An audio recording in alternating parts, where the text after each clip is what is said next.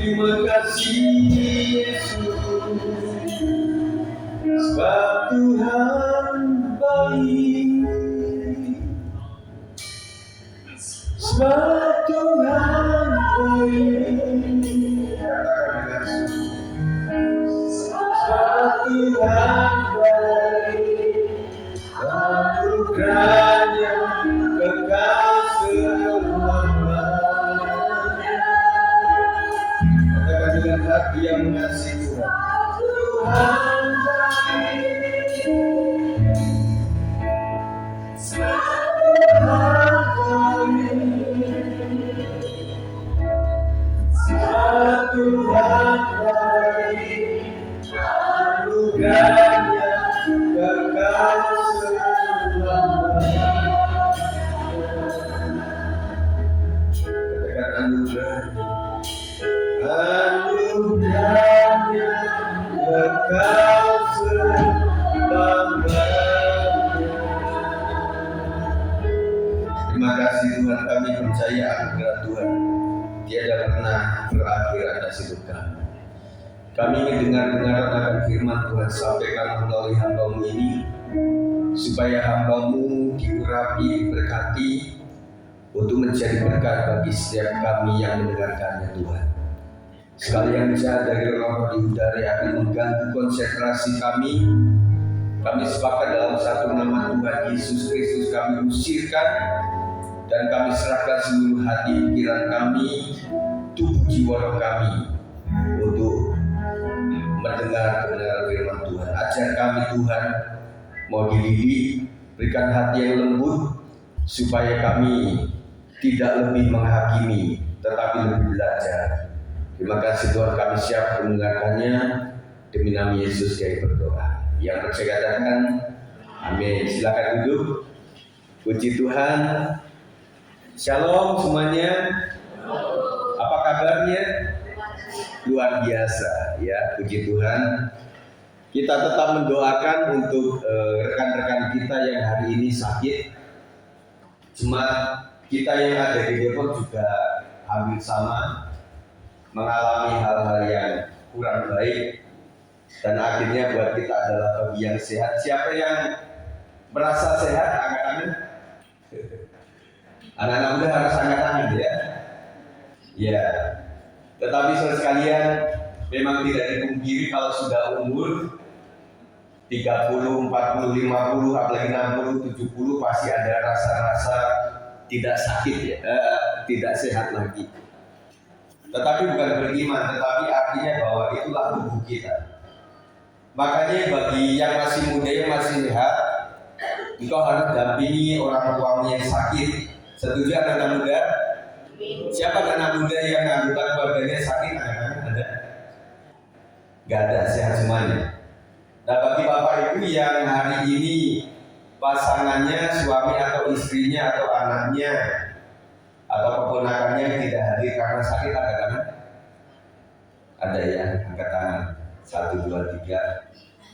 Dan saya berharap kepada kita sekalian supaya kita ada rasa empati. Dan saya percaya empati itu muncul, empati itu adalah perasaan yang sama untuk orang lain. Kalau orang pernah sakit dan kemudian mendengar atau ada informasi yang sakit, pasti keinginannya apa? Yang pertama pasti untuk bisa mengunjungi. Betul kan? Kemudian melalui pool-pool yang ada, saudara sekalian, saudara bisa gerakan itu untuk bisa mengunjungi apalagi anggota pool yang sakit. Anggota pool yang lain juga bisa ikut itu. Tetapi harus koordinasi sama Bapak Ibu Gembala, Pak Ibu, kita mau mengunjungi ya di sana. Oh ya, puji Tuhan. Ya, kami doakan supaya kalian nanti di sana tidak cuma ngobrol, tetapi mendoakan. Amin. Mendoakan supaya apa?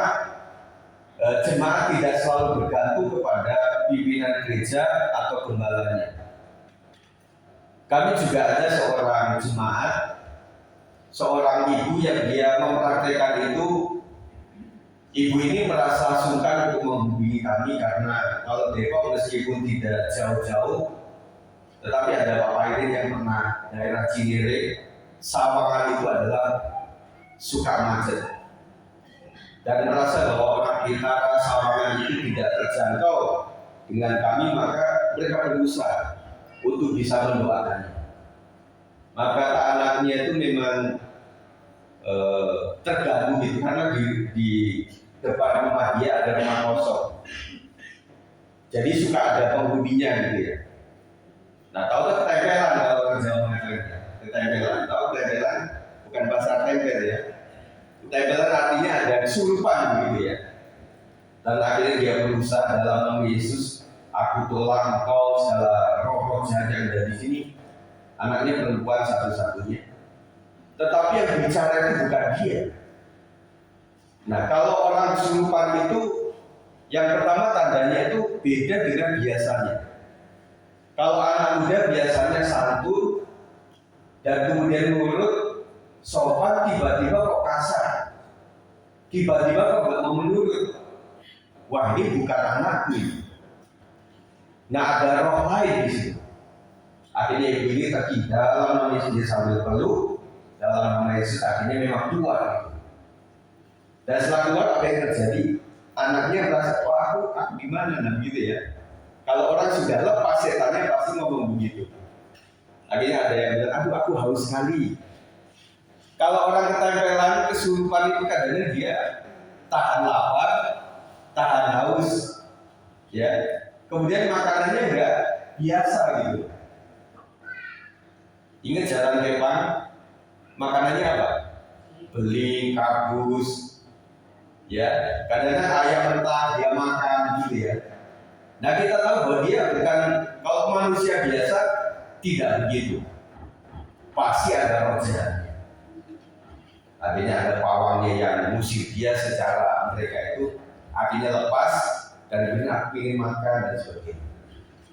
Yesus pernah melakukan itu, kemudian ketika sembuh beri dia makan, beri dia minum. Nah, kebanyakan begitu. Puji Tuhan, saya bersuka cita hari ini sekalian karena kita punya tim yang luar biasa. Mbak Sarwa ini memang dia luar biasa untuk pekerjaannya, tetapi untuk Tuhan juga luar biasa ya. Puji Tuhan, tepuk tangan buat tim kita. Ya, puji Tuhan sekalian.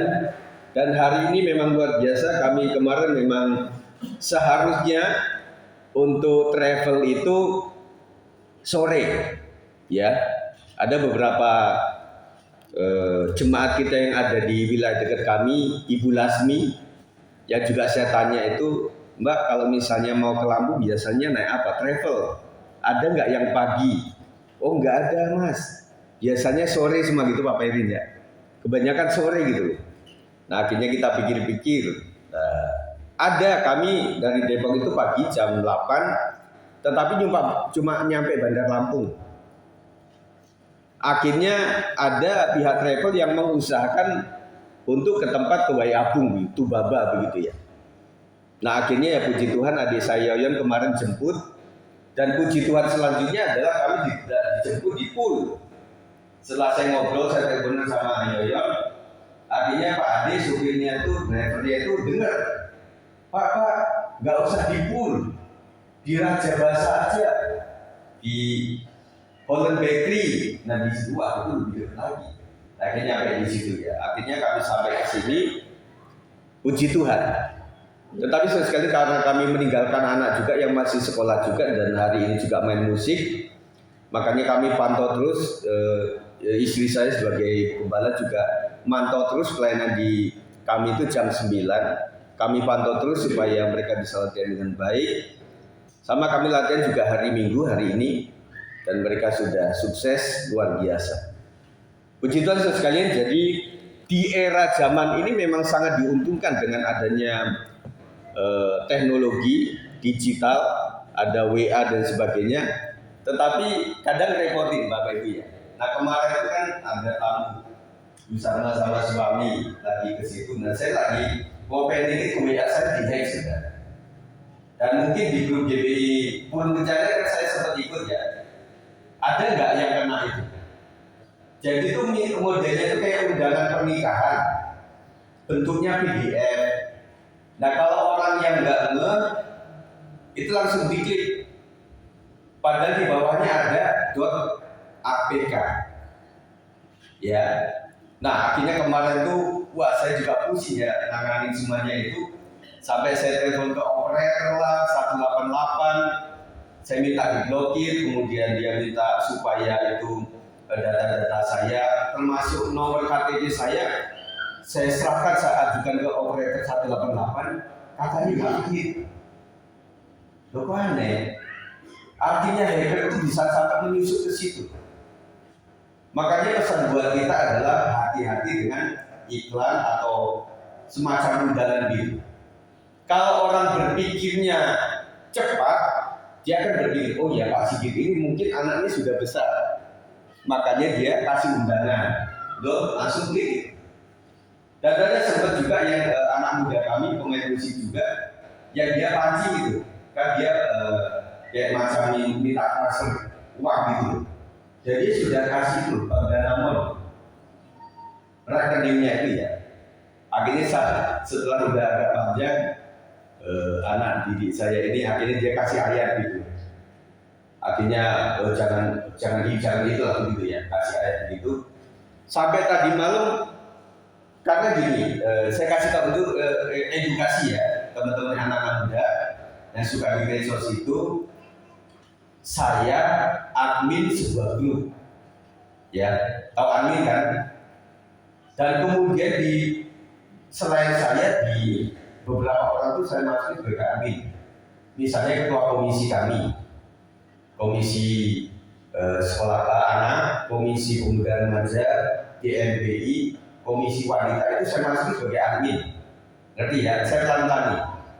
Nah ternyata waktu di hacker itu admin selain saya itu dinonaktifkan adminnya, ngerti ya? Jadi membuat itu nggak bisa terkendali. Kalau ada admin lain kan bisa ngomong tuh di grup, maaf ini HP-nya Pak Gembala dihack, gitu kan bisa. Itu nggak bisa. Kemudian yang berhubungan dengan data-data saya, nomor saya kan ada 4, makanya istriku bingung. Sampai namanya apa? Ini suami pertama, suami kedua, suami ketiga kan masa begitu. Saya punya nomor 4 sudah sekalian. Kebutuhannya gini, kami di Depok itu mengadakan pakai Facebook ya. Facebook itu ada di belakang, kemudian nyorot ke depan jemaat dan mimbar di sana begitu ya. Suatu saat cuma itu yang saya pasang, nggak tahunya ada laporan Pak Sigit. Itu kok tengah khotbah itu putus. Wah, berarti nggak ada yang mantau nih ya. Karena saya semuanya mantau itu, kemudian wah, berarti ada perlu hati satu lagi. Saya pakai itu, maka ada 2 untuk mantau Facebook itu. Kemudian ada kadang-kadang 1 lagi di sini untuk mimbar. Kami nggak terlalu jauh, tetapi cukup kecil, apalagi di sini ya. Nah, kadang butuh untuk yang di daerah area mimbar, para sapi, nanti 3, ya. Nah, kemudian 1 lagi adalah untuk misalnya operasikan untuk PowerPoint segala sesuatu. Jadi saya punya 4. Nah itu kena semua sudah. Setelah kalau dihack, kemudian saya bikin grup baru dengan nomor yang lain. Bikin grup, laporan ke anggota-anggota yang saya undang itu adalah delete group. Itu semuanya. Ada satu bapak anggota jemaat kami yang sudah lansia. Lansia ada yang mengatakan usia indah lah, jangan lansia, gitu ya. Dia sama sekali nggak berani. Dibikin grup, di delete. Meskipun saya buat video, akhirnya kemarin saya dengan Yoyon waktu ada di Tasya itu, saya bikin video Bapak Ibu sekalian, saya di-hack nomornya, Saya berharap kita akan bikin grup baru lagi, yang adminnya yang mengundang bukan saya, tetapi ketua komisi. Akhirnya dibuat oleh Pak Oto, Pak Pahar. Dia bikin itu semuanya, tetapi ada juga yang masih curiga. Ya akhirnya live lagi. Baru saya pikir ini kok luar biasa ya. Dan saya tahu saudara sekalian, ketika orang mau melayani itu ada saja halangannya. Itu mengambil dana sejahtera. Akhirnya saya bilang, udahlah nggak usah pikirin lah. Yang penting saya udah umumkan di TikTok, saya umumkan di Instagram, saya umumkan di Facebook. Dan sampai tadi malam orang dari Bandung itu telepon saya. Halo, ini betul nggak? Kok ada undangan ini? Apakah Anda sudah besar? Enggak, Bung. Kan orang Ambon. Bung Emi itu salah. Tolong itu di blok saja. Dan kemudian kami ada grup Mazmur 100 band di Bandung itu ya, yang tahu itu. Dan kemudian tolong umumkan kepada teman-teman kita bahwa saya nggak akan pakai itu lagi. Gitu sampai tadi malam itu sekalian. Dan itu edukasi buat kita sekalian. Nah saya tahu sebelumnya ini termasuk Pak Untung kan pernah ya terkena gitu. Nah sama, modelnya udah pernikahan PDF sama. Saya pernah klik itu saudara. Mungkin itu yang menyebabkan saya kena lagi virusnya gitu. Nah tapi puji Tuhan tadi sudah balik lagi sih. Ada saudara saya juga kasih tahu itu diinstal lagi, kemudian pakai bukan 0 tetapi plus 62 itu yang internasional itu, dan akhirnya kayaknya sudah sembuh. Tetapi masih ada beberapa orang yang di blok, ya saya tunggu saja sampai sebulan ya supaya itu pulih dengan baik gitu ya. Nah saudara sekalian, apakah multimedia sudah siap? Kita akan mendengarkan. Kalau kami di Depok itu saudara sekalian, setiap bulan ada pesan dari Ketua Sinode yang kami putar, dan kemudian ada pembacaan pengakuan iman GBI secara ringkas yang kami bacakan itu. Nah hari ini meskipun bukan minggu pertama, kita dengarkan ya sama-sama pesan dari Ketua BPP. Ya, kalau dulu itu BPH sudah Badan Pekerja Harian, tetapi hari ini sudah diganti dengan BPP, Badan Pekerja Pusat. Dan kemudian untuk informasi untuk pejabat, dulu kan PDP itu pendeta pembantu, PDM pendeta muda. Nah sekarang PDP itu pendeta pratama, PDM itu pendeta madya. Itu pergantian sekali. Ya pujian tidak akan dengarkan sebentar.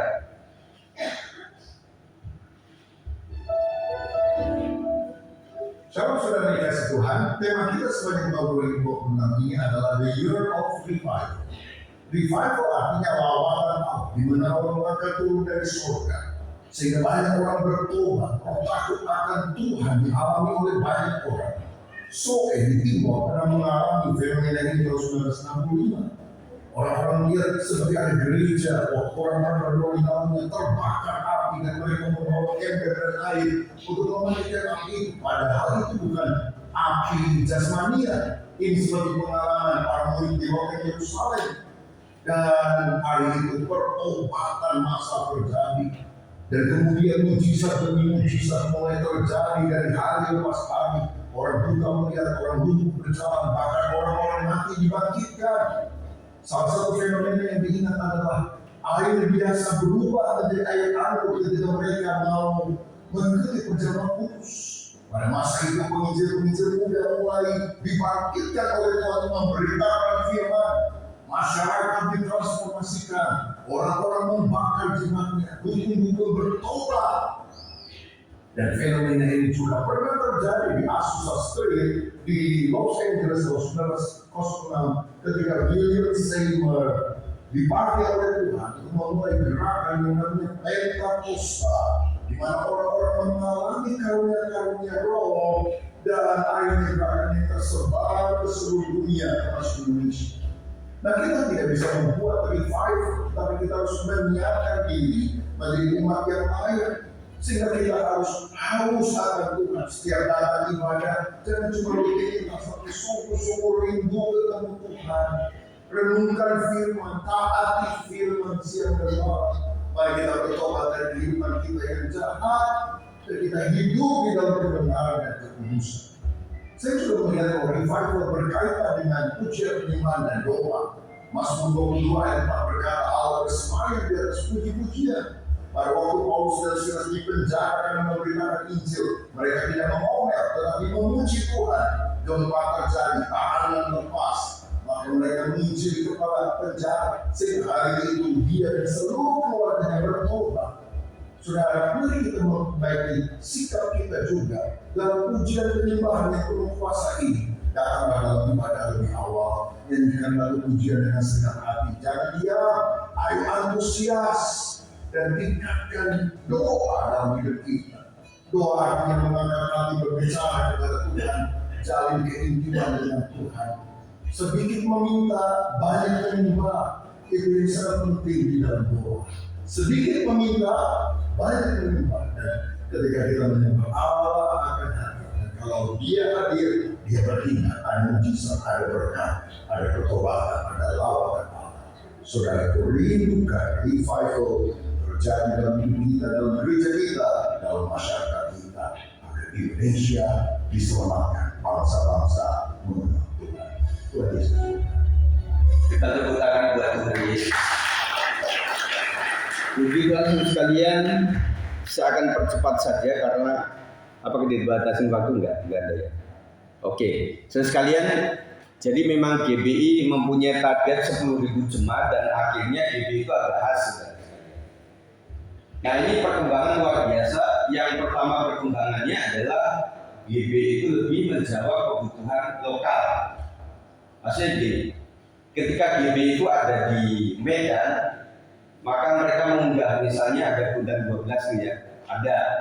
Kalau di Jawa mungkin ada gamelan itu boleh dipakai dan sebagainya. Kalau di Manado mungkin menggunakan kolintang gitu ya. Dan kemudian mengunggah kearifan lokal saja. Makanya ada satu gereja Sinode Islam GBI yang begitu nomor 1. Nah sekarang habis GBI habis membawa mereka. Padahal GBI sudah mengalami beberapa kali perpecahan yang sekarang menjadi gereja besar, saudara tahu itu saya tidak bisa sebutkan, dan beberapa kali itu.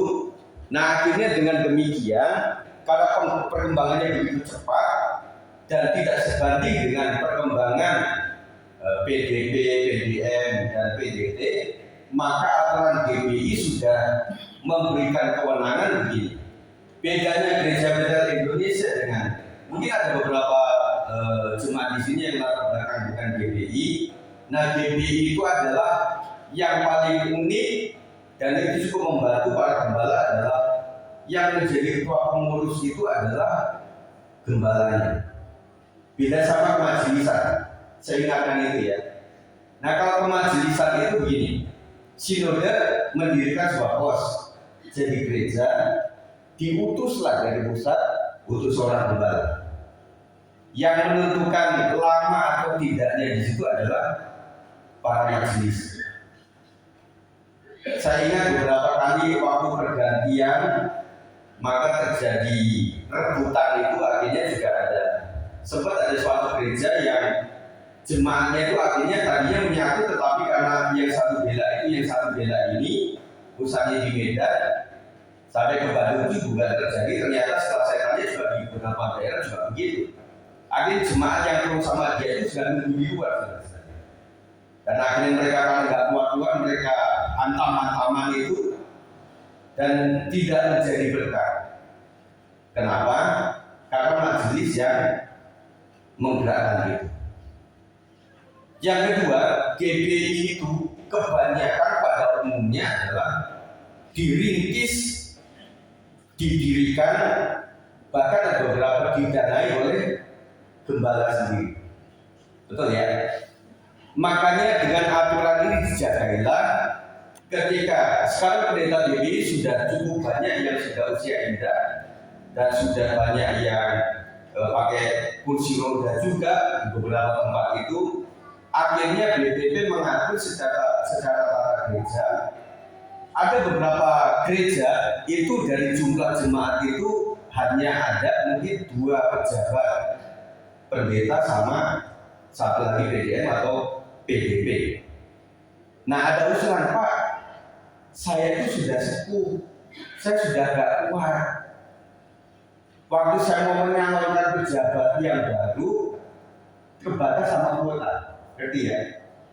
Nah makanya yang pertama dikasih kesempatan pendeta-pendeta yang sudah sepuh itu distatuskan sebagai emeritus. Ini saya kasih tahu ya kepada jemaat sekalian supaya melek juga tata gereja kita. Emeritus itu adalah seorang pendeta, karena pendeta nggak boleh pensiun, nggak ada pensiunnya pendeta itu. Sampai Tuhan panggil tetap melayani. Bedanya emeritus itu tidak terdaftar lagi di BPD, artinya kurang pejabat sudah tidak, tetapi melayani tetap dilakukan. Bisa. Makanya dengan demikian pejabatnya jadi satu yang terhitung di BPD. Makanya bisa mengangkat pendeta atau calon pendeta. Begitu Bapak Ibu Saudara sekalian. Tadi pendeta Rudin Adi itu punya papa itu pendeta Juli Ishak. Itu pendeta senior pendiri GPI juga, yang pada 5 tahun lalu atau 3 tahun lalu dia menyerahkan kepada anaknya tersebut, Pak Rudin Adi, untuk mengembalakan di Tasikmalaya, Jakarta, dan Bandung.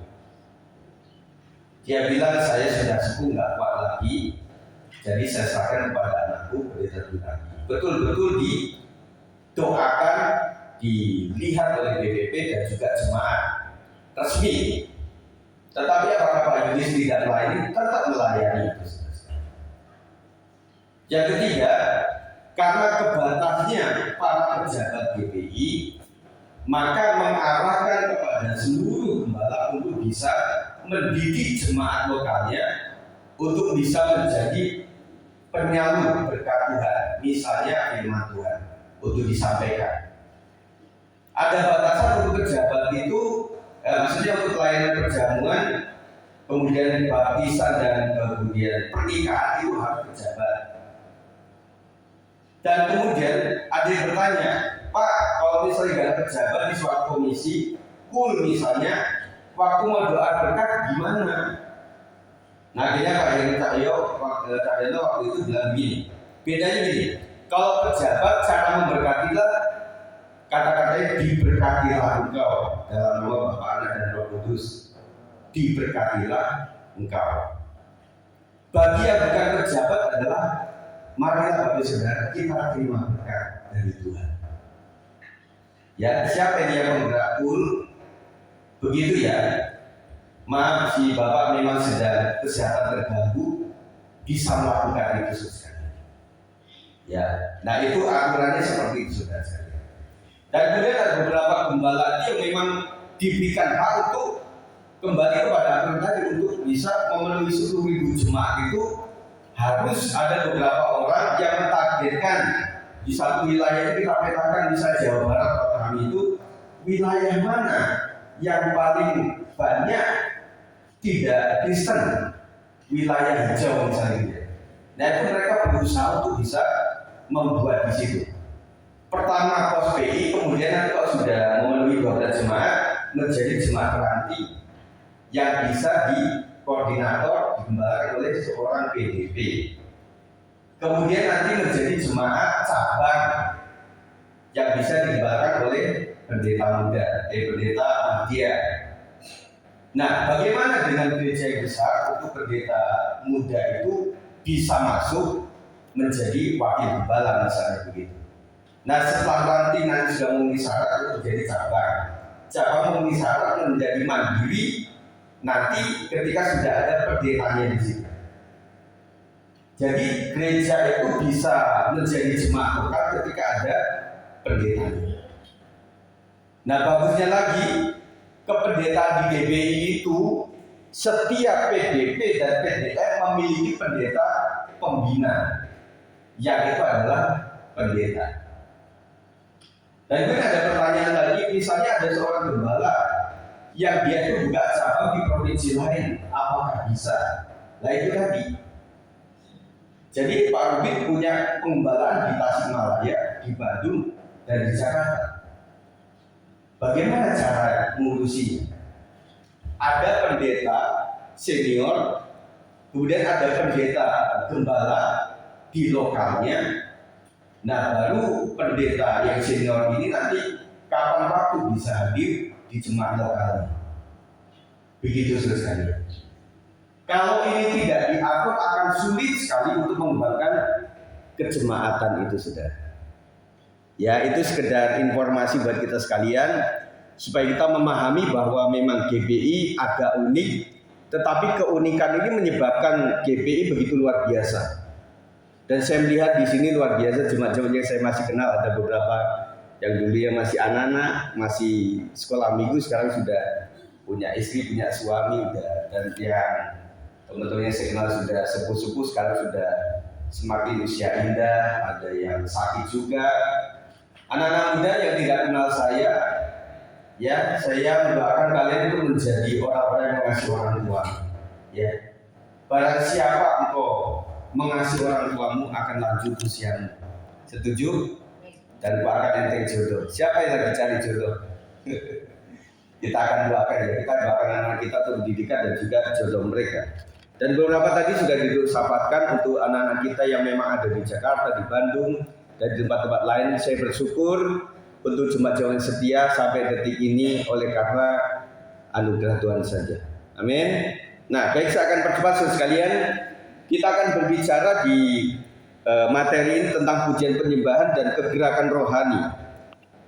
Saudara, pujian dan penyembahan dalam Alkitab, pujian atau praise bahasa Inggrisnya adalah keungkapan syukur dan kekaguman atas perbuatan baik Tuhan, seperti bahasa Ibrani halal, yada, dan juga zamar. Sedangkan penyembahan atau worship adalah sikap hati yang lebih mendalam, yaitu memuja dan tunduk kepada Tuhan seperti proskuneo. Dulu ada sekolah musik namanya proskuneo di Bandung. Ya. Kemudian bersujud seringkali sebagai respon atas kasih dan kudusannya, dan keduanya merupakan bagian penting ibadah yang melibatkan tubuh, jiwa, roh. Saya ingatkan di bagian penting ini saudara. Kalau saya di Depok itu PowerPoint itu saya bagikan di jemaat. Nanti saya bikin tabel update gitu ya, untuk bisa berbagi. Kalau saya kecepatan nanti bisa ada lagi. Ya. Kemudian karena kami live itu ada. Nah, saya mau mulai live yang pertama adalah karena sempat di Depok itu kan sempat pindah. Jadi ada yang nggak suka akhirnya bilang, oh dulu kan namanya di Bunga Bangun itu udah meninggal, udah mati, udah nggak ada lagi. Akhirnya saya bikin yang dalam kalimatnya itu kami masih ada. Itu saya buat live pertama.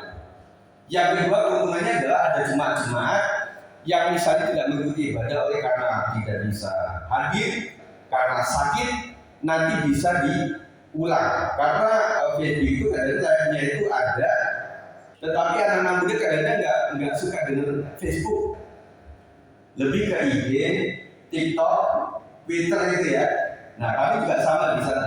Nah, akhirnya saya convert itu dalam video saya download, saya masukin ke YouTube lagi. Terus kemudian yang ketiga ada presentasi yang saya bagikan. Itulah kerinduan saya sebagai gembala, supaya pengajaran khotbah itu tidak putus. Kayak saya percaya sudah diberi khotbah, tetapi bisa jadi cuma 20% yang masuk. Betul nggak? Mungkin pada saat yang penting saudara lagi HP, saat yang penting saudara masih ke toilet. Nah, jadi ketika ada muatan recordnya itu bisa mengulang lagi itu saudara. Karena khotbah saya adalah khotbah pengajaran yang kadang-kadang menjenuhkan saudara. Ya, semoga di sini nggak jenuh ya. Nanti kalau ngantuk-ngantuk dipijit-pijit aja atau dicubit-cubit saudara. Ya. Ibadah itu melibatkan tubuh, jiwa, dan roh. Tubuh adalah kita gerak. Ibu Sarmal tadi luar biasa ya. Jadi bisa menggerakkan kita, dan saya berharap nanti nanti cek ulang ya sound yang di belakang itu. Kalau saya di depan itu terlalu gede suara musiknya. Bagaimana Bapak begitu? Nah, jadi kalau saya pernah belajar itu cara setting sound yang baik adalah ketika jemaat itu bisa mendengar suaranya sendiri. Ngerti ya? Ini musik sedang kecil, tapi saya ngomong menyembah itu bisa dengar suara saya sendiri. Itu saudara. Kalau tidak kenapa pasti? Kalau enggak nanti orang nonton. Ya biar dia udah keras sendiri, biarin aja. Nah, kita sedang berbicara tentang pujian penyembahan sebagai realitas yang harus kita ekspresikan supaya revival atau kegerakan rohani itu terjadi. Itu tubuh saudara. Jiwanya adalah semangat. Orang bilang begini, saya akan sambung tadi saudara. Ada beberapa orang yang sakit. Saya juga merasa ada sakit saudara. Yang mungkin boyok ini, pegel ini pasti ada saudara. Migrain itu pasti ada. Cuma yang harus kita lakukan adalah dengan iman kita merasa nggak sakit. Setuju? Dalam firman mengatakan hati yang gembira adalah obatnya maju. Contoh begini sekalian. Ilustrasi ini. Kita punya anak di Bandung nih, kos gitu. Dia sakit saudara. Dan punya seorang ibu, dia nggak ngomong pun rasa gitu. Ini kok nggak ada anakku ada apa? Saya kok ingin telepon. Waktu kita telepon anak bilang, nah gimana keadaannya? Oh nggak apa-apa, mau baik-baik aja. Enggak, mama kok rasanya kok gak enak. Oh iya mah lagi pusing, betul kan? Lagi migrain, lagi panas-panas ya gak enak. Anak begitu. Akhirnya ibunya bilang begitu. Nah, mama mau beli tiket, mama mau ke Bandung. Oh gitu ya Maya. Apa yang terjadi pada anak ini? Sebelum mamanya datang, karena dia sangat anak mami, dia kok berapa persen sudah sembuh? Bapak ibu pernah sakit kan? Pernah kecil? Waktu kecil itu kan ada yang waktu itu pengen beli mainan dan gak dikasih. Akhirnya mama ibu, nah cepat sembuh ya. Yuk kita ke pasar yuk, kita mau beli mainan. Oh iya ma, aku udah sembuh kok ma, aku udah sembuh gitu ya. Adrenalinnya langsung kuat tuh sudah. Kenapa? Ada harapan. Nah, di dalam hati yang gembira itu artinya ada harapan saudara sekalian. Tadi kita lihat video tadi tentang Paulus dan Silas. Secara daging seharusnya dia menjadi orang yang terpuruk. Terpuruk yang pertama, dia adalah orang yang tahanan politik waktu itu. Kemudian ancamannya pasti bisa dibunuh besok pagi. Saatnya stres, depresi sudah, betul nggak? Saudara hari ini mungkin ada yang merasa saya harus depresi. Utang banyak, udah nanam juga nggak bagus, udah kerja juga nggak ada.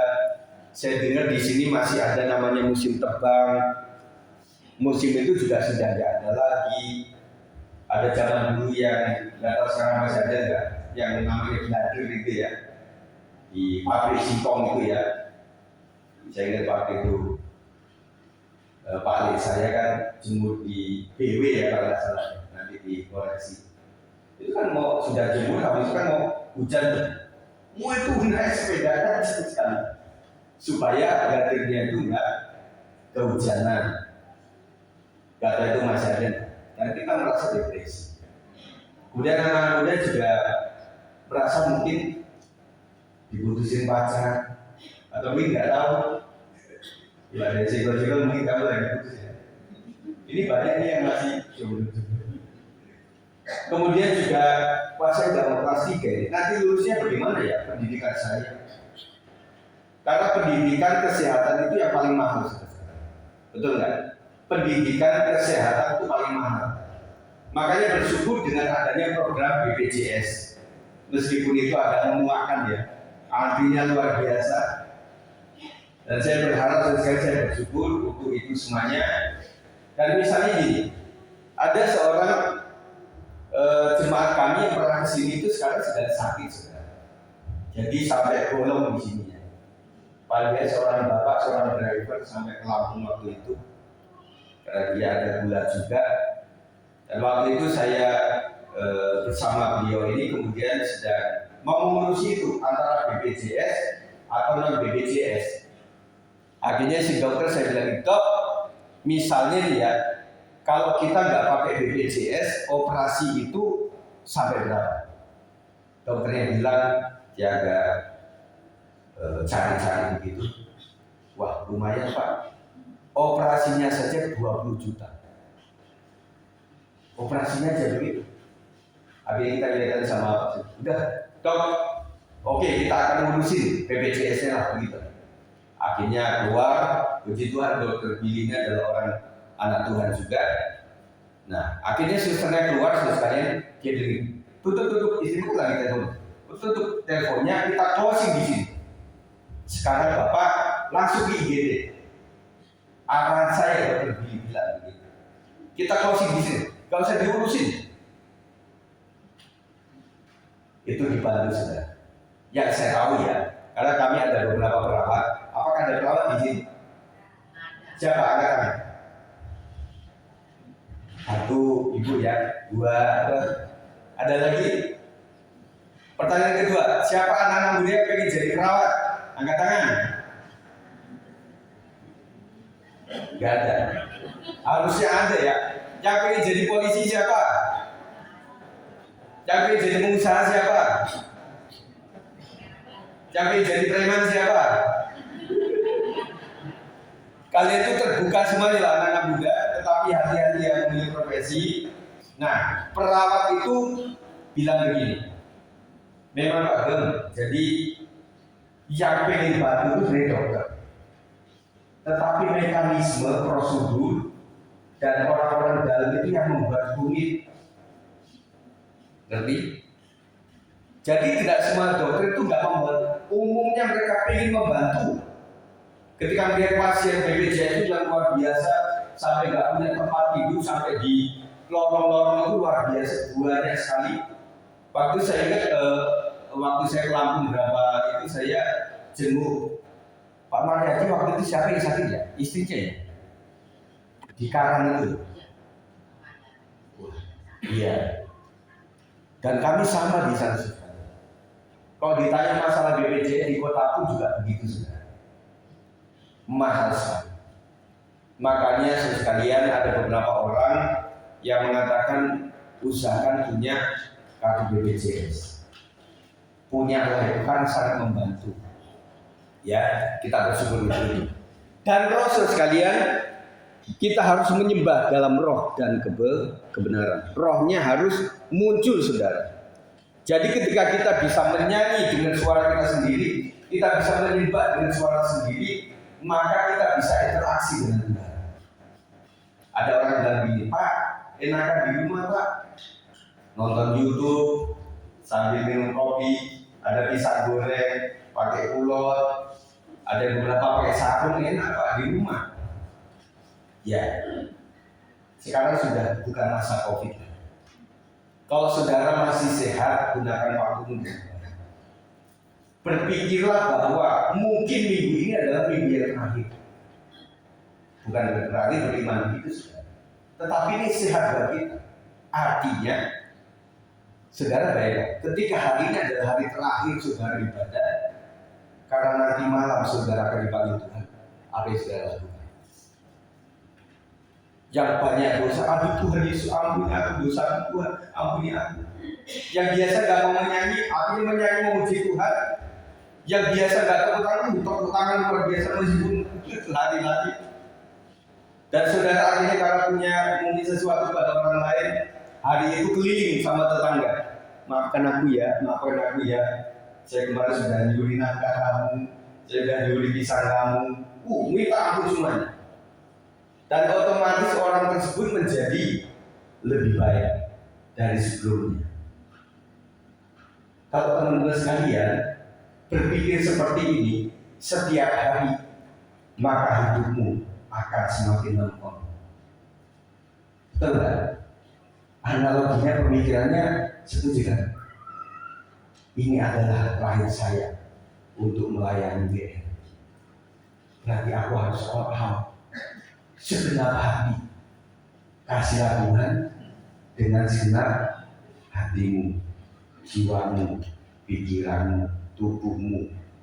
Lakukan sesuatu seperti untuk Tuhan dan bukan untuk manusia.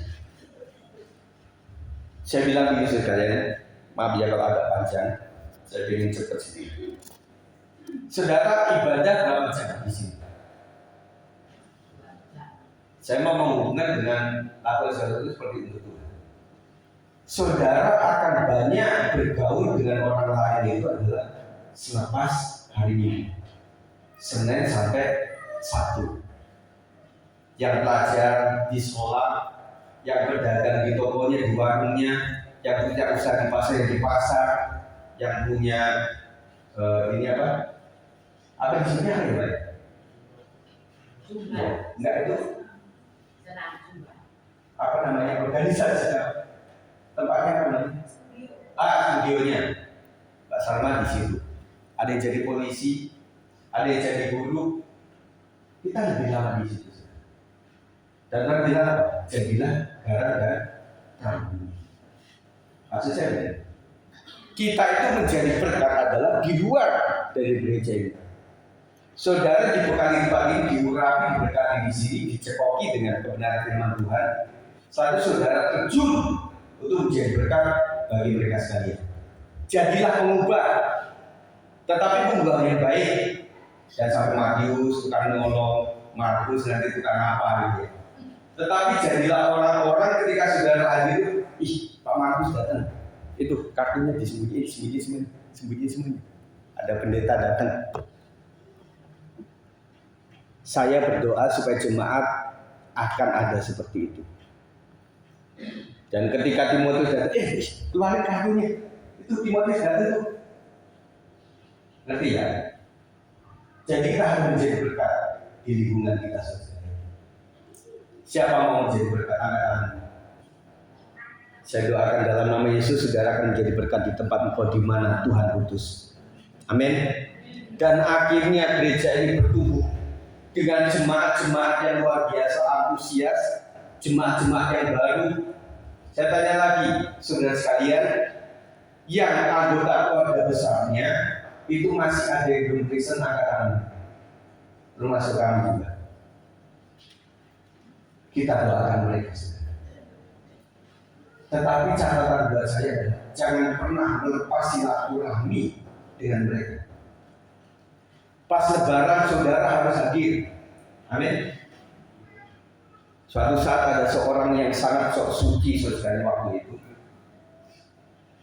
Saudara pasti kenal saya nggak usah sebutin saudara. Orang Batak.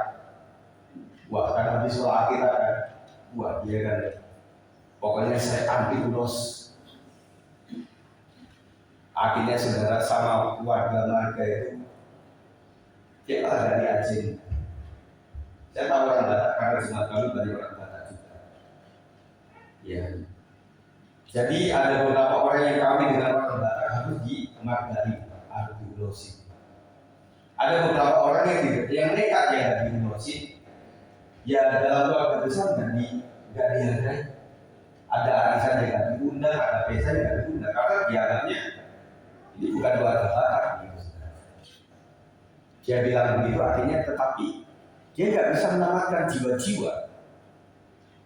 Dia nggak bisa masuk, saudara. Betul nggak? Nah, menjadi terang dan garam itu kita harus bisa masuk di lokasi itu, saudara. Jangan dicoba. Ada beberapa orang itu yang diizinkan Tuhan mengalami latar belakang yang kurang baik, saudara. Misalnya dia pernah preman, dia pernah di nightclub, ya. Dia pernah berjudi, pernah sabung ayam, begitu saudara. Tetapi dia sudah bertobat, dia sudah tatoan begitu. Setelah dia bertobat, dia datang di kumpulan lagi. Saya tanya saja, kalau misalnya kumpulan orang-orang jahat, kalau ada orang bersih kayak saya ini, datang dicurigai saja. Tetapi buat orang mantan narkoba yang dia masuk ke sarang narkoba, mereka bilang, ini teman kita ini. Ya bro, gimana kabarnya? Disitulah dia bisa masuk. Para pendeta termasuk saya ini nggak bisa masuk ke lahan-lahan saudara. Kalau saya bukan guru, saya nggak bisa masuk di sekolah. Kalau saya bukan pekerja, tukang tebar, nggak bisa masuk di situ saudara. Dan kalau saya bukan mantan preman, saya nggak bisa masuk di kumpulan preman itu. Saya kalau tidak pernah main sabung ayam, Saya nggak mudah untuk bisa masuk di situ. Ada yang Tuhan izinkan seperti itu, tetapi kita nggak bisa memilih. Nah, bagi teman-teman sekalian yang muda yang masih sehat, jangan memilih itu. Suatu saat ada orang yang bilang kepada saya, "Kit, saya ingin jadi nakal." Kenapa? Nanti waktu saya nakal, habis itu saya bertobat, saya mau menguji orang-orang nakal itu. Saya bilang begitu. Kalau cara begitu sengaja, kamu nakal, kemudian kamu berantem, habis itu tusuk orang, habis itu kamu meninggal, kamu nggak jadi menginjil. Betul nggak? Kalau kita sengaja, itu beda urusannya sudah. Tetapi ada orang-orang tertentu, misalnya ada mantan dukun sudah, misalnya Bapak Daud Tony, yang dia dipakai Tuhan memang tidak itu sudah. Kalau kita yang bukan paranormal, yang bukan di perdukunan itu, ada orang kesurupan sama orang stres, mirip sudah, betul nggak? Kan ada pengalaman sudah. Ini orang sudah didoakan sejam, 2 jam, 3 jam, kok enggak keluar setannya. Ada seorang berbilang enggak, dia bukan kerasukan setan. Dia tuh pengen ngobrol, dia stres. Akhirnya dia undang satu, "Nak, kamu kenapa?" "Iya, saya itu." Akhirnya dia ngamuk di situ. Ternyata dia sedang sakit hati dan kepahitan. Jadi bukan setan. Kita bukanlah pembunuh hantu yang habis kita masukin botol, kita bukan setan. Makanya inilah para pendeta pejabat perlu namanya ilmu psikologi. Saya percaya bapak-bapak polisi terhormat itu juga mereka punya psikologi. Buktinya apa? Kalau Anda nggak punya SIM, kok langsung ketahuan dari cara nyetir motornya, benar nggak? Tapi ada orang yang dia punya psikologi yang kuat, dia nggak bawa SIM, nggak ada apa-apa, tetapi dia lewat saja bisa sudah. Saya punya tips sudah, tetapi bukan tips kejahatan. Kalau saudara memang mata ini nggak bisa bohong, pakailah helm yang full face, yang kaca hitam itu. Kan mata kita nggak tahu, ada kita lihatin polisi, tapi dia nggak tahu. Yang kedua, kayak pura-pura deketin polisi gitu. Kalau saudara agak ini ada mobil, saudara ke situ-situ pasti ada. Nggak tahu benar atau enggak, begitu saudara. Tetapi maksud saya adalah benar lah. Para anak muda yang sudah motoran, ya usahakan nanti sampai punya SIM. Kecuali nggak ada, cari jalan tikus. Kemudian pakailah helm. Meskipun helm itu kadang-kadang tidak sesuai dengan manfaatnya. Manfaat helm adalah supaya jatuh nggak gegar otak. Jangan jatuh habis itu lupa saya gimana, saya siapa ya. Tetapi kadang sekarang pakai helm itu karena ada polisi, itu nggak salah. Sesungguhnya adalah untuk pengaman kita saja. Kadang sedih, ada orang itu jalan jauh nggak apa-apa, tetapi waktu dia nggak pakai helm ada yang dia mulai belok dari rumahnya langsung jatuh tabrak mati di situ. Dan orang berpikir, aduh selama ini naik motor nggak apa-apa ya, cuma jalan sebentar tabrak mati. Lebih lucu lagi kemarin saudara, jalan kan begitu luas di situ, ada orang mobil sendirian nabrak pohon. Iya yang ada saya positif. Kenapa itu? Orang jalan besar itu bisa nabrak. Ya, awas-awas, hati-hati saudara. Lanjut ya, pujian bisa berupa reaksi spontan, sedangkan penyembahan adalah gaya hidup yang berdasar berhubungan dengan Tuhan dan Roh kebenaran. Nah, kita akan baca ini saudara sekalian. Apakah saudara bisa membaca ini? Kita akan baca sama-sama 2 Tawarin 5 ayat 13 sampai 14, sama-sama saja ya. 1, 2, 3. Lalu para pendium nafiri dan para penyanyi itu serentak memperdengarkan paduan suaranya untuk menyanyikan pujian dan syukur kepada Tuhan. Mereka menyanyikan suara dengan nafiri, ceracap dan alat musik sambil memuji Tuhan dengan ucapan, sebab Ia baik, bahwasanya selama-lamanya kasih setianya pada ketika itu rumah itu yakni rumah Tuhan dipenuhi awan, sehingga imam-imam itu tidak tahan berdiri untuk menyelenggarakan kebaktian oleh karena awan itu, sebab kemuliaan Tuhan memenuhi rumah Allah. Salah satu bagian lanjut dalam kekristenan yang mendukung terjadi kebangunan ini adalah pujian penyembahan. Salah satunya kegerakan rohani terjadi melalui doa, ya, melalui kesembuhan ilahi, ya, tetapi salah satunya adalah melalui pujian penyembahan. Yang paling luar biasa dalam Alkitab adalah tembok Yeriko, bukan dengan pedang dan tombak, tetapi dengan puji-pujian yang dinaikkan dengan sungguh-sungguh. Saya mengimbau kepada para tim PW, present worship, kalau kau sedang memainkan musik, memainkan dengan sungguh-sungguh seperti untuk Tuhan. Ketika kau menyanyi, menyembah, sembahlah dengan sungguh-sungguh, all out untuk Tuhan. Bagaimana caranya agar pujian dan penyembahan dapat memicu terjadinya kebangunan rohani? Yang pertama harus dilakukan dalam kebersamaan. Dalam ayat 1 tadi, ayat 13 maksud saya, pujian dinaikkan oleh para penyanyi, peniup nafir dan seluruh umat secara bersama-sama. Kita ini tim, saudara. Makanya usulan saya tadi pertama adalah supaya jemaat itu mendengar suara dia sendiri. Ada orang bilang begini, yang paling penting adalah gembala, yang paling penting adalah WR, yang paling penting adalah worship leader, yang paling penting adalah singer, yang paling penting adalah tamborin misalnya, yang paling penting adalah pastor, kolektor. Dan lupa di dalam jemaat, dalam gereja, jemaat adalah yang terpenting. Amin, saudara.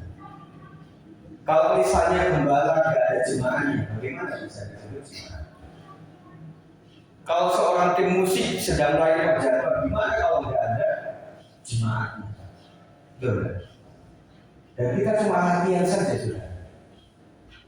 Makanya usulan saya, kita adalah tim, sudah. Waktu di sini benar-benar semangat memuji Tuhan, yang di bawah juga semangat untuk memuji Tuhan. Amin. Kita satu, saudara sekalian. Kegerakan rohani selalu hadir ketika gereja, gembala, para pelayan, seluruh jemaat maupun simpatisan bersatu hati dan sikap dalam penyembahan. Saya ingin kita bangun lagi untuk penyembahan yang sungguh-sungguh kepada Tuhan. Ada orang bilang, Pak, saya menyembah itu kadang-kadang nggak sampai 1 menit itu udah hilang suara, hilang dari. Saya punya tips, sudah. Bagaimana kita bisa doa atau menyembah dengan panjang? Tipsnya, ingatlah kasih Tuhan. Ingatlah 5 tahun lalu saudara tidak punya apa-apa. Waktu saudara berdoa menyembah itu, saudara akan bilang, terima kasih Tuhan, 5 tahun lalu saya tidak punya apa-apa, Tuhan. Saya sedih Tuhan waktu itu, tapi puji Tuhan Tuhan sudah memberkati saya.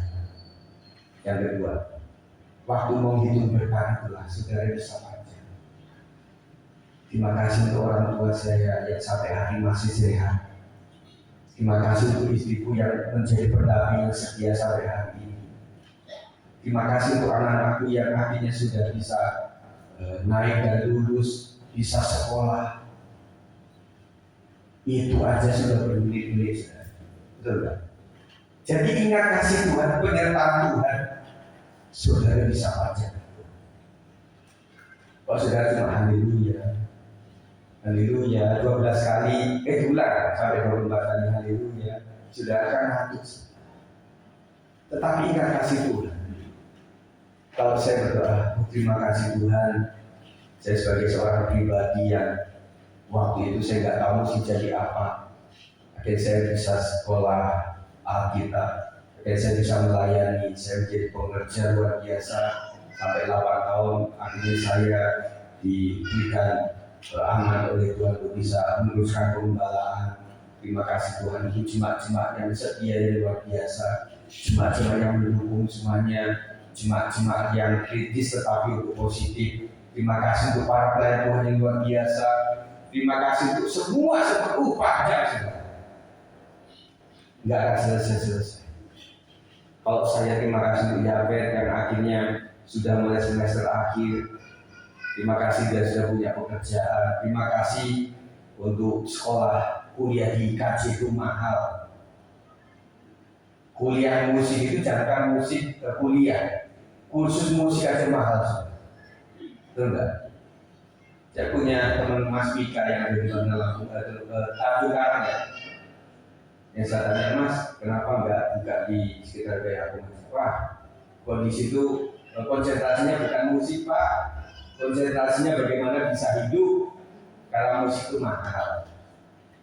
Puji Tuhan, terima kasih kami sudah melewati itu. Terima kasih untuk adiknya Jason sudah kelas 11 dan nanti kelas 12. Berkumpul lagi.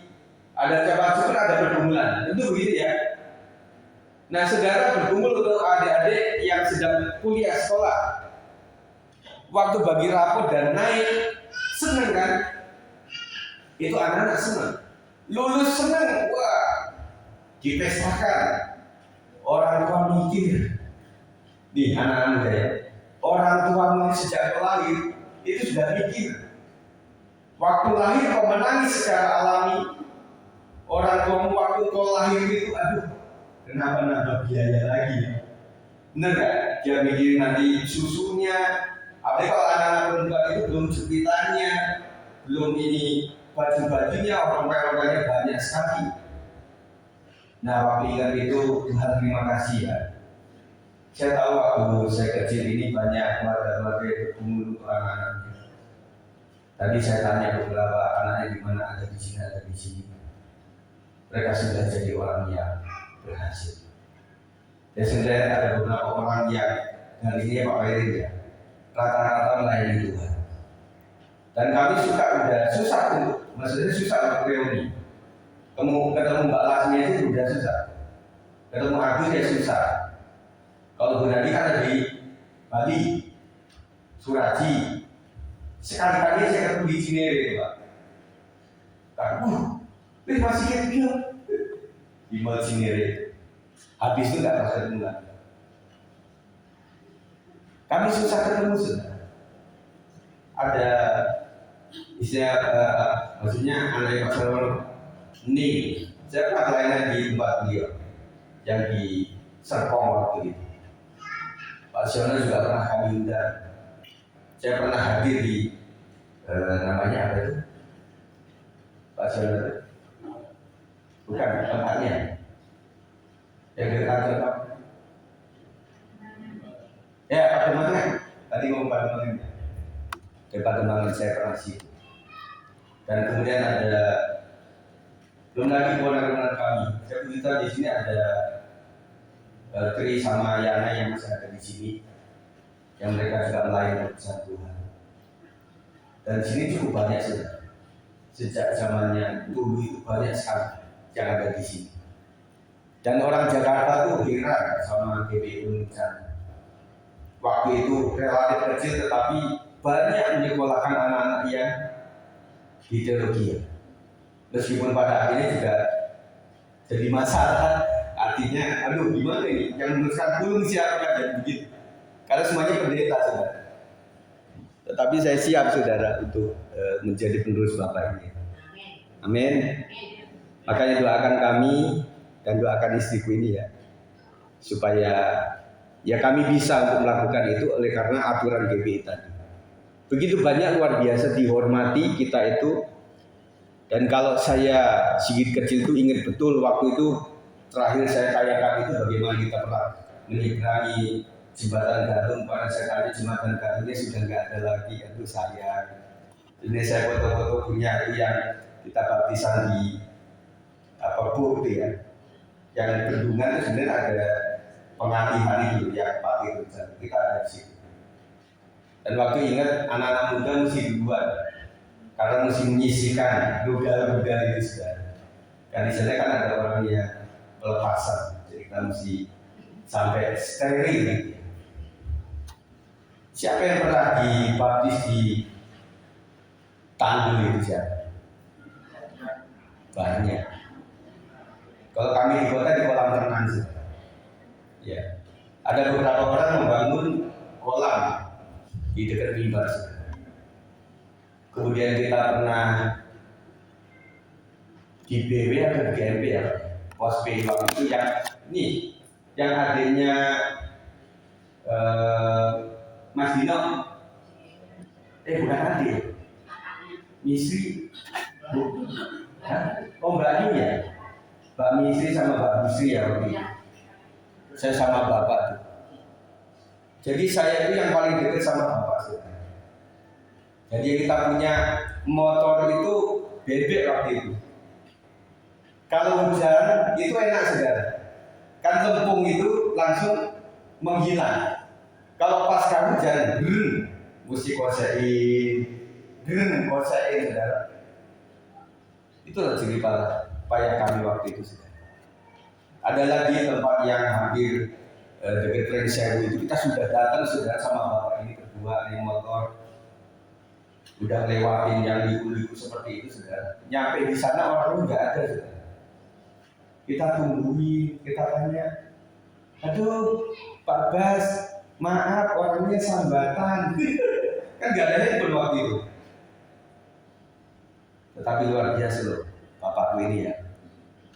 Makanya anak-anak muda yang melihat tuh bapak kok tanda kayak orang Jawa bilang krik-krikin sakit-sakitan gitu. Loh, masa mudanya itu perjuangan untuk itu.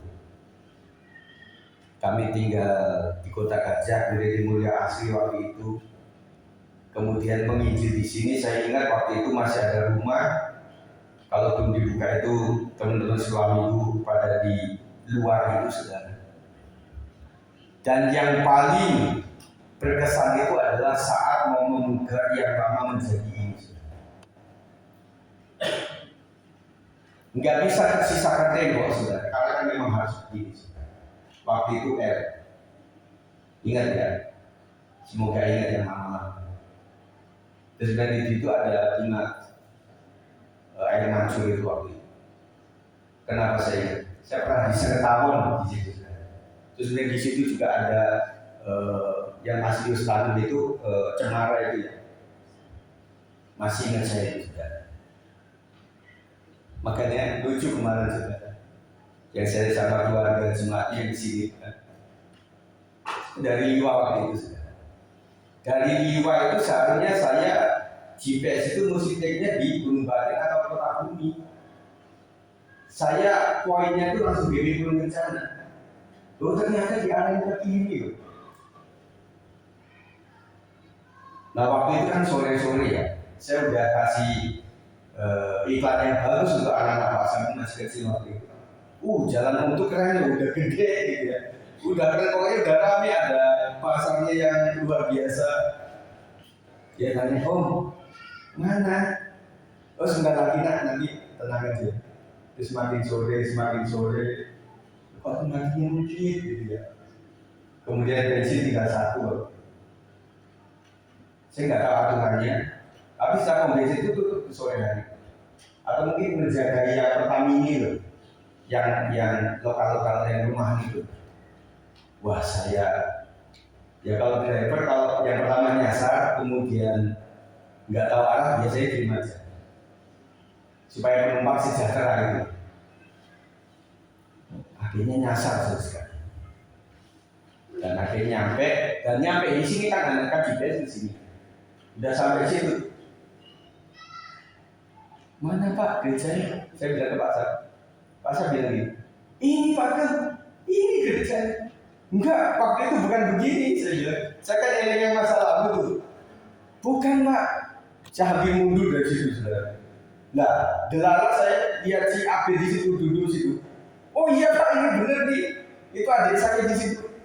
Sampai kayak gitu. Jadi perkembangan Pulung itu luar biasa.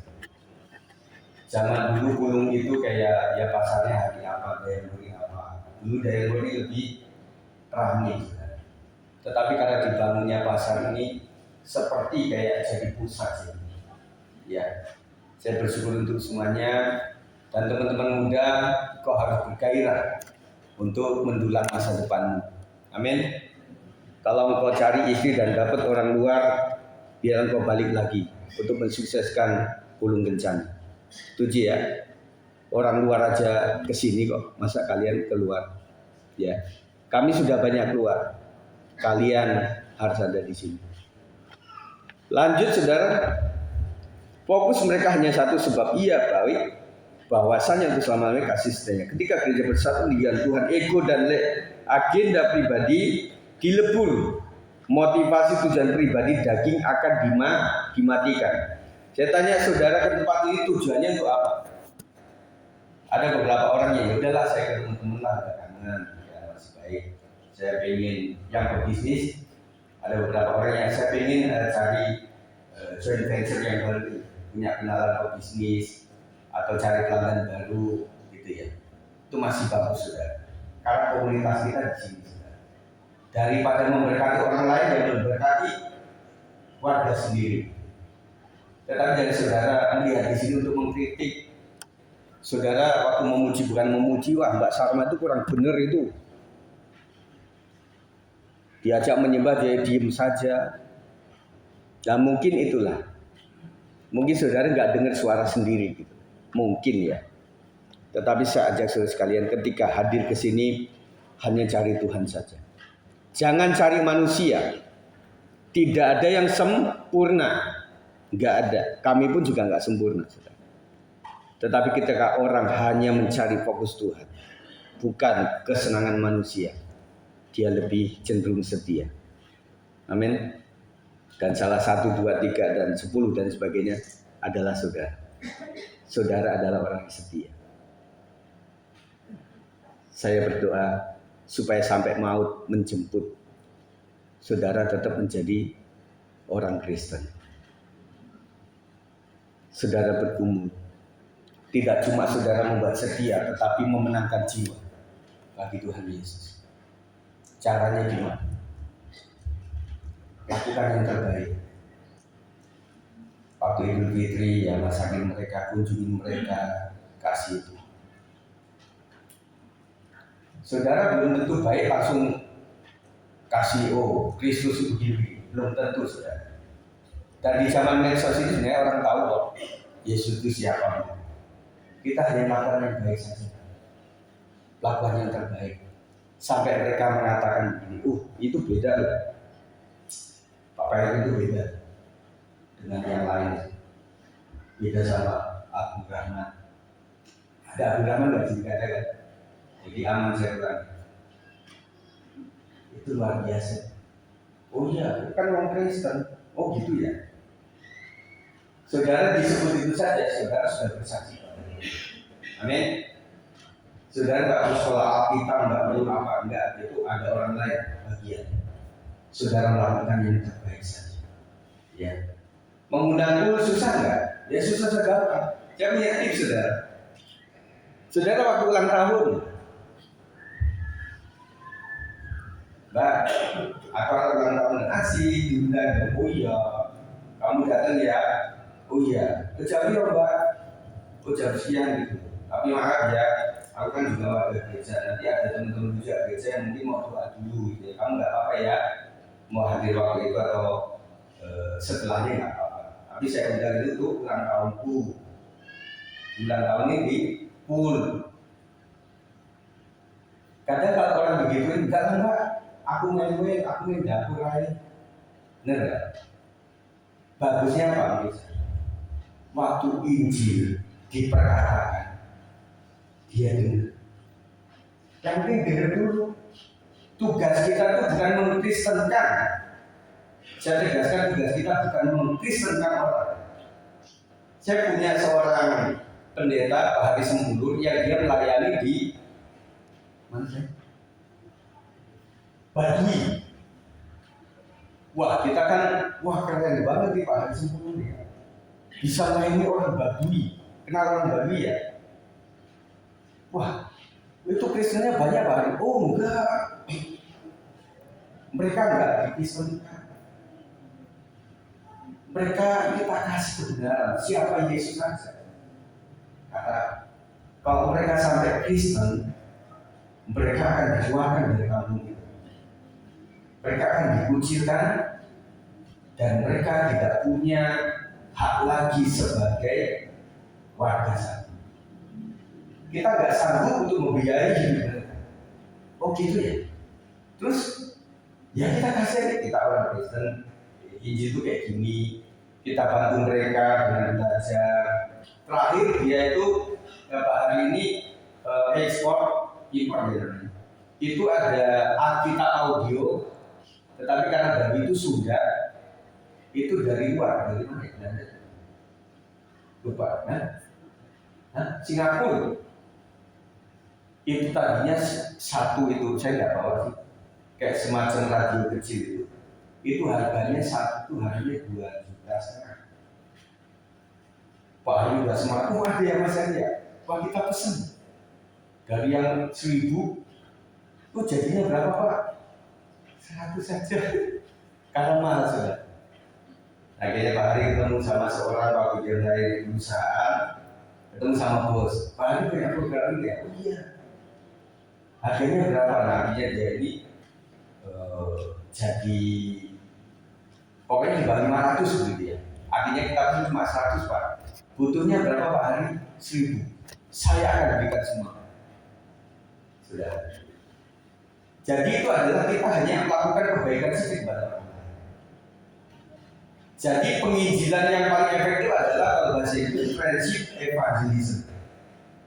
Penginjilan persahabatan. Maksudnya apa Pak? Gini, kamu jadi teman aja. Bedanya ini, kalau bukan teman, saudara dari belakang, dok, marah nggak? Bisa keluar lagi sudah. Tapi kalau saudara, dok, mau marah, ternyata teman. Apa yang terjadi? Kamu bikin kaget jantungan misalnya. Itu kalau teman sudah. Ya, termasuk aja ulang tahun nanti. Kalau dia sahabat kita, dia mau datang nggak? Mau datang sudah. Tetapi kalau nggak pernah kenal diundang, saudara bisa dimaki-maki. Kenal rasok kenal lagi, ngundang-ngundang, kurang ngerti. Aku mau musuh. Awakmu kan Kristen, bisa begitu. Tetapi kalau kita sudah sahabatan dengan orang-orang mereka, apapun bisa kita lakukan.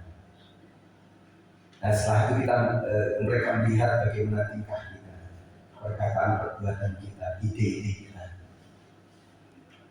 Yang kedua saudara harus pintar juga masalah ekonomi, keuangan, masalah negara, juga masalah apapun. Karena kebanyakan orang itu akan memberikan masalahnya. Saudara kalimat begini, Mas, piye uripmu? Maaf ya, mau sehat kan? Bisa oleh kok ngopi, bisa oleh mangan itu ya bisa oleh, nggak ada larangan. Enakmu ya. Tapi ya anak-anakmu bojomu, anak-anakku ya sukses, bojone sukses juga. Terus orang tuanya ya, nah itu Mas, enggak. Orang tuaku lagi lor. Wis tak obat nenek dukun iki wis disemprot disembur sana sini sampai kebes tak ya ramari-mari. Mas, boleh enggak? Nek aku sembahyang nih, bukan sembahyang meninggal, tak doain boleh. Tapi aku kan Kristen, corong pula. Apa yang dia bilang? Boleh Mas. Daripada di swaswo malah mampu toh, juga apa lah. Kalau orang sudah jalannya buntu, pasti dia akan membuka. Jadi tanya teman-teman mereka yang suka cita itu. Dan kadang-kadang dari psikologi orang yang di luar itu wahai suka-cita begitu, justru kadang-kadang banyak masalah. Contohnya Pak Sigit ini, para pelawak itu saudara. Misalnya yang terkenal itu kan Mbak Nunung tuh, Sri Mulat, pasti kenal semua ya. Kamu kenal nggak Mbak Nunung? Kenal ya? Kenalan di mana? TV ya. Nah dia buka warung saudara, di Depok itu ada. Kami juga ikut, sama itu maksud saya nyicipi itu saudara. Memang enak. Ada jangan deso. Nah enaknya dia itu memang itu. Jadi saya nggak cerita makanannya. Dia kan suka cerita tuh, waktu Sri Mulat gitu. Ternyata kan dia punya sakitnya. Ya, Ternyata orang-orang yang melawak itu juga banyak beban, saudara. Dan ada beberapa pelawak itu kadang malah mati muda, saudara. Ada yang kena narkoba karena stres hidupnya, saudara. Ya, maksud saya bahwa setiap orang itu punya masalah. Dan kita masuk dari situ, Bapak Saudara sekalian. Ya. Dan semoga dengan ini saudara akan banyak memenangkan jiwa bagi Kristus. Amin. Datang beribadah dengan hati siap memuji dan bukan menilai. Jadikan ibadah sebagai momen kesatuan, bukan perbedaan. Saudara, kalau saudara mencari perbedaannya, kita tidak akan pernah menyatu, saudara. Ya. Kalau saudara cari perbedaannya, tidak akan bisa menyatu. Tetapi kalau mencari persamaannya, kita akan bisa menyatu. Di sini talentanya beda semua. Ya. Ada yang bisa mengajar, ada yang bisa main musik, ada yang bisa menyanyi, ada yang bisa doa. Mengenai doa saudara, ada gambaran bahwa orang-orang di surga nanti kok banyak kan nenek-nenek, orang tua-tua begitu. Dan ada beberapa pendeta-pendeta besar itu malah kalau dibilang suami mahkota itu saudara. Ini salah sih, bukan mahkota. Artinya bukan mahkota yang kayak Cipita, sebenarnya mahkota yang gede. Nanti kalau upah besar mahkotanya kayak mahkota Bali itu ada begini gitu. Enggak. Gambarnya gitu. Kenapa? Karena orang-orang yang di balik layar isu justru yang dihargai. Seperti di luar negeri, kalau pekerjaan yang paling orang nggak suka itu gajinya paling tinggi. Beda sama di Indonesia. Misalnya Pak Sigit, misalnya gini, kalau orang tuh di luar negeri itu cari babysitter paling susah. Yang mau jadi babysitter itu gajinya akan gede. Tukang tukang listrik gitu ya. Saya punya om itu ada orang di Amerika, itu disertifikasi saudara. Tukang listrik, tukang WC, itu semua disertifikasi. Gajinya gede saudara. Ya. Jadi saudara, kita pengen supaya kita bukan mencari perbedaannya tetapi kesatuannya bagaimana. Maksudnya gini, di antara kelemahan Bapak Ibu Saudara itu pasti ada kelebihannya. Tetapi kebanyakan orang cari kelemahannya. Betul tak? Makanya kami ini sebagai gembala itu selalu pengen mencari kelebihan dari seseorang, bukan kekurangannya. Gitu. Bisa ada tim gitu, Pak Gembala itu mah gak enak tuh nyanyinya itu, kenapa fales? Dan kan nyanyi orang ngomong aja fales. Dipanggil. Nah kamu kesukaanmu apa sih? Pak aku tuh sukanya sound system loh Pak. Oh nanti salahkan Pak. Udah nanti kamu pegang mixer ya di belakang. Nah itu baru keren. Nah ketika dia dikasih sound begitu, ternyata lebih keren. Nah artinya bahwa orang punya kelemahan, tetapi pasti ada kelebihannya. Jangan cari kelemahannya, saudara. Kalau saudara cari kelemahan orang, yang pertama, saudara akan rugi di dunia ini. Kenapa? Karena hidupnya ngurusin orang, saudara. Ada orang bilang begini, sibuklah untuk dirimu sendiri sampai kau lupa untuk membicarakan orang lain. Belah. Sibuklah dengan dirimu sendiri, kreatif, berkarya sampai kau lupa untuk ngerasain orang. Ngerti gak saudara? Nah orang yang cenderung kepada penghakiman pada orang itu adalah orang-orang yang nganggur. Kayak Daud itu loh. Yang orang musuhnya perang dia ada di loteng. Nganggur saudara, makanya dia berdosa jadinya. Makanya di sini ada orang-orang yang sudah ditinggal pasangannya, tinggal sendiri, anak juga jauh. Pak Sarwono ya, itu didampingi sama Mbak Yani, sama Mas Dino. Harus begitu kan Andrea sudah jauh, itu juga sudah di sana. Ini juga sama itu. Sama siapa lagi Pak Sarwono? Enggak, saudara. Ada nggak yang mirip Pak Sarwani yang tinggal sendiri? Saya dengar dari adik saya kemarin ada satu orang yang sudah Kristen tapi seluruh keluarganya belum Kristen. Tapi yang pakai Pak siapa? Mbah Pur ya. Nah, mari anak-anak muda, orang-orang tua itu harus didampingi. Puji Tuhan, kita ada mobil. Puji Tuhan, Abed mau untuk bisa menjemput itu. Itu adalah pelayanan yang dilihat oleh Tuhan. Jadi tidak cuma yang di mimbar, tetapi pelayanan orang nggak mau lakukan, Tuhan lihat itu. Amin. Kiranya Bapak Saudara, tadi ada beberapa orang yang ada mobil kemudian ngajak yang lain, itu adalah melayani pekerjaan Tuhan. Tapi jangan diminta ongkos. Tambahin bensinnya kok. Melu-melu tok, jangan begitu saudara. Kalau saudara minta uang bensin, saudara upahnya di surga hilang. Amin. Tetapi buat yang ikut ya tahu diri. Bawain tewel, bawain apa gitu. Ini mas ini tak taruh di belakang juga apa itu?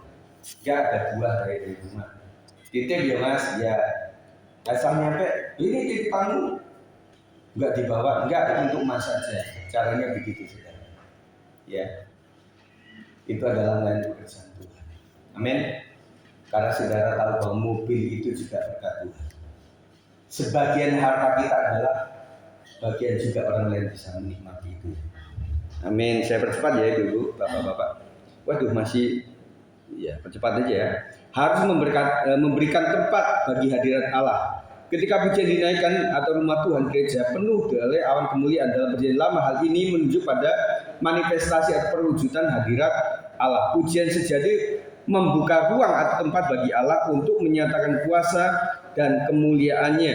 Saudara, kita pengen pujian kita itu membuka ruang untuk bagi Allah menyatakan kuasa dan kemuliaannya. Sia-sia kita memuji Tuhan tetapi tanpa dampak. Zaman dulu pujian itu bisa mengebrak, menjebol, saudara. Saya lihat yang paling kekal itu adalah di bumi ini ya. Itu adalah kidung jemaat, nyanyian rohani. Betul enggak? Yang kita nyanyikan itu bukan lagu itu, saudara. Kenapa bisa lestari sampai dibukukan, saudara? Dan mereka itu punya nada satu sama dengan apa? Itu tinggi yang membuat kita harus keringetan. Menyanyi yang benar itu harusnya keringetan, saudara. Ya, harusnya begitu. Kalau saudara, kalau kita keringetan itu kalau habis makan pedas kan. Kalau saudara ikuti kidung jemaat itu dosa dengannya secara internasional segitu, saudara. Saya mau bicara ini, kidung jemaat itu dibuat untuk bukan untuk uang. Motivasinya untuk membuat nama Tuhan dipermuliakan, makanya lestari. Kok lagu-lagu sekarang seminggu up, ntar hilang lagi, seminggu up, ntar hilang lagi. Kenapa? Motivasinya adalah ini, Pak, buatin aku lagu ya. Nanti saya kasih deh berapa ya. Kalau harga ciptaan kamu berapa? Oh saya mahal, biasanya 5 juta. Udah, saya tambahin 6 juta seminggu jadi ya.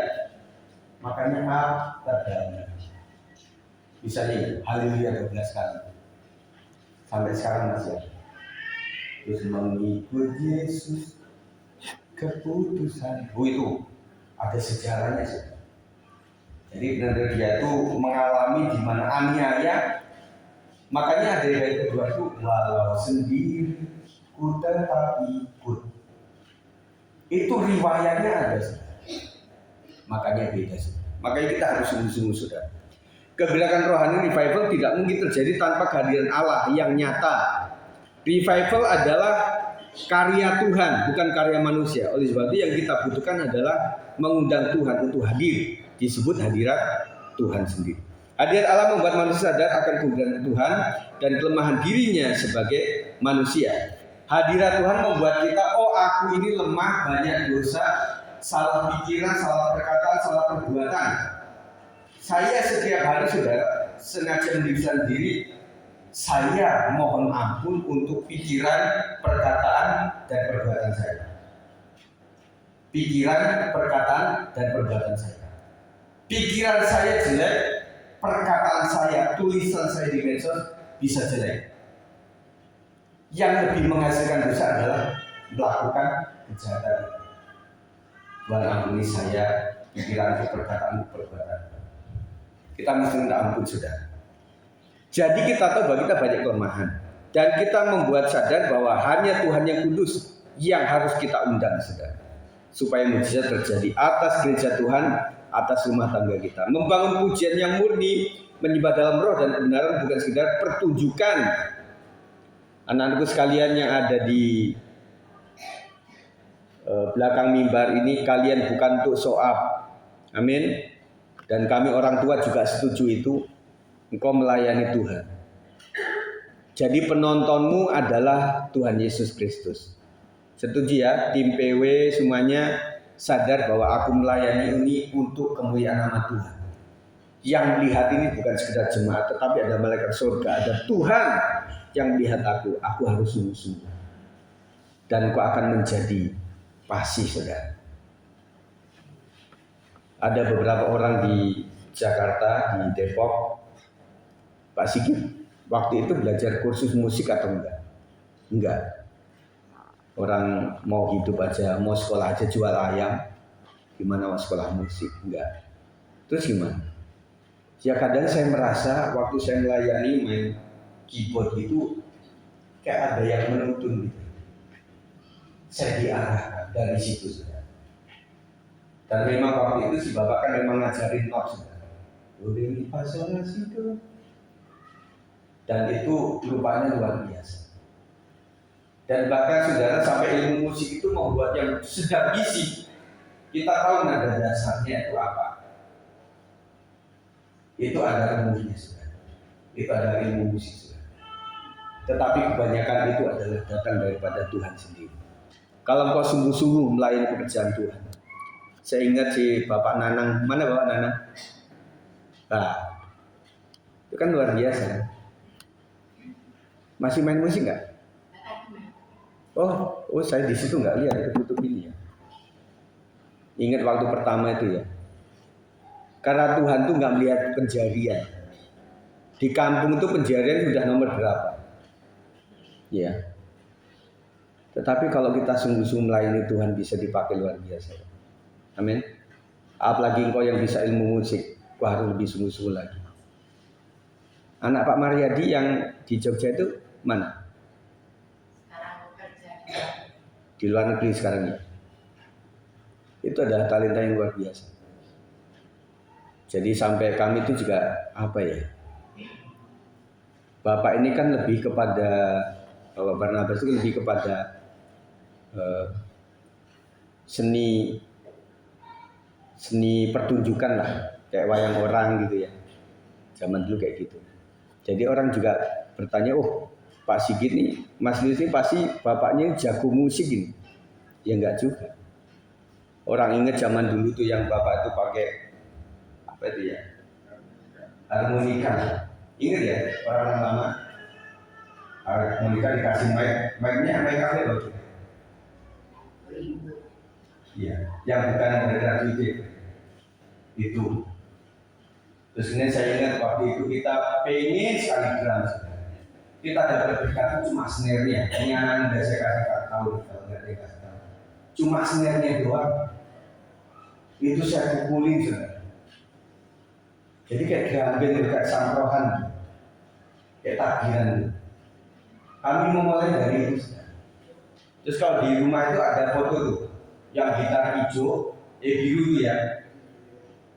Itu saya masih kecil, saya nggak muat ini. Saya akhirnya kayak si tadi itu mainnya begini. Cuma waktu main gini nggak ada foto. Itu lebih dipayakan waktu itu. Terus sempat gereja kami lama itu dipakai untuk latihan dan hujan juga pernah. Yang paling nggak pernah lupa itu pada saat diambil masih baru ya Pak, waktu itu dipakai di lapangan, saudara. Iya kan? Habis itu nggak pulangi, saudara. Udah menjelang sengit nyunan itu kan. itu kan bisa melepuh di drum yang akustik kayak gini. Ini sama bapak di panggung itu. Waktu sampai di papak dek Jaiman atau siapa yang waktu itu pakai gitar. Apa ini ya? Enggak mau loh bapak. Bapak ini kecil-kecil kosong loh. Ya. Meskipun kakinya juga coklat pink. Itu jeripaya bapak kayak gitu. Dan ingat waktu itu mengumumin jemaat itu pakai toa itu, diadep ke sana pengumuman nanti ada tamu dari Jakarta, ada kebaktian jam berapa, nanti mulai ke sana lagi. Baru yang ke sana di RK1 atau berapa itu baru di ini ya. Saya ingat Mbak Sonto juga ingat ya, waktu itu komsel di rumahnya yang peteng dedet lah itu kata. Cuma Jawanya setia luar biasa. Dan kita pengen anak muda meniru orang tua seperti ini ya. Jadi sampai engkau nanti dilayani pada saat engkau dipanggil Tuhan itu, engkau tetap beriman kepada Tuhan Yesus Kristus. Amin. Doakan supaya setia. Yang terakhir, hentikan segala aktivitas yang mengalihkan fokus saat menyembah. Yang ketiga, memberikan semua aktivitas ibadah hanya untuk Tuhan saja. Fokus para imam membuat tidak tahan berdiri untuk melayani karena hadirat Allah yang begitu kuat. Kebangunan rohani membuat pelayanan manusia tunduk pada otoritas ilahi. Saya percaya kita latihan apa-apa tetapi mengalir dalam Roh Kudus untuk melayani kerjaan Tuhan. Fokus pelayanan bukan lagi rutinitas tetapi menjadi respon penyembahan yang nyata. Ketika hadirat Tuhan memenuhi umatnya, pelayanan menjadi sukacita bukan beban. Jadikan setiap pelayanan sebagai persembahan terbaik bagi Allah. Layani dengan motivasi penyembahan yang benar dan bukan sekedar pengakuan diri sebagai yang hebat dan lain-lain. Mari para pemain musik dan WL singer kita ke depan di sini.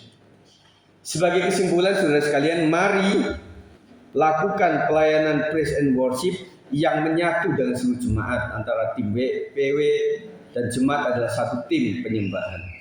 Yang kedua, berikan tempat kepada hadirat Allah untuk bekerja, kesampingkan segala yang mengganggu dan fokus kepada ibadah. Berikan persembahan terbaik hanya kepada Tuhan saja dalam seluruh liturgi ibadah dari awal sampai akhir. Kita naikkan pujian tadi. Walaupun gunung itu tak berpindah.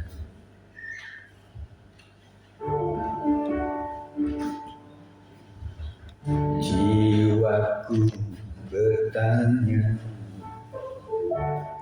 apakah masih ada harapan melewati tangisan, rasa sesak di dada. Imanku berkata,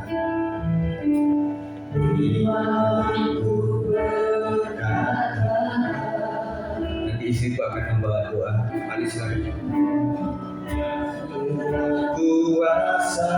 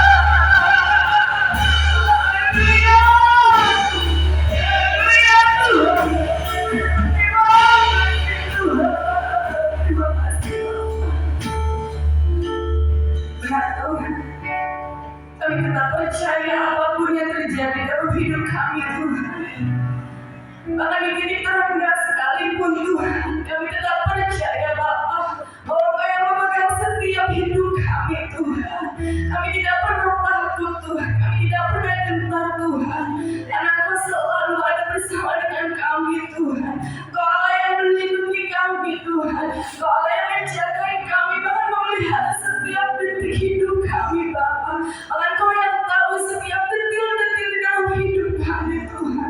Oleh karena itu Bapa, kami sungguh yakin dan percaya Tuhan. Kami mau hidup lebih sungguh-sungguh lagi di hadapan-Mu Tuhan. Allah kami mau lebih setia lagi Tuhan mengiring Engkau sampai Engkau menjemput setiap kami Bapa.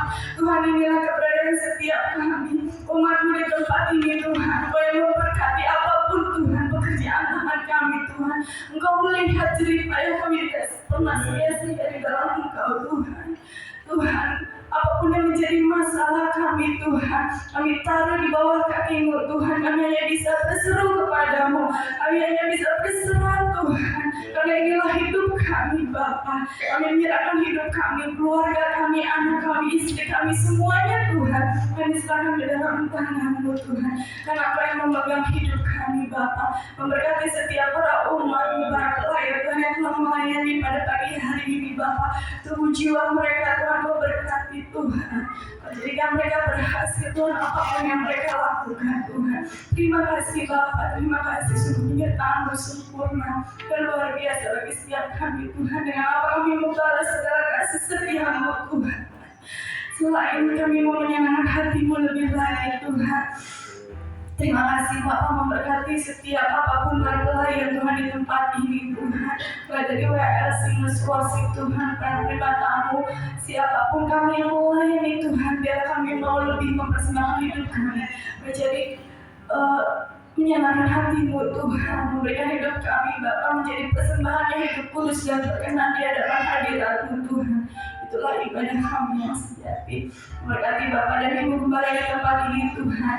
Biarlah apapun yang mereka lakukan Tuhan, biar Engkau sendiri Tuhan yang melihat Tuhan. Apapun Tuhan kerjaan kendala Tuhan yang dihadapi Tuhan, Engkau sendiri Tuhan yang mengetahui Tuhan. Berkati Tuhan Bapak Ibu kembali di tempat ini. Terima kasih Tuhan, terima kasih. Inilah Tuhan doa dan permohonan kami Tuhan. Kami selalu panjatkan di dalam nama Tuhan Yesus Kristus. Haleluya. Amin.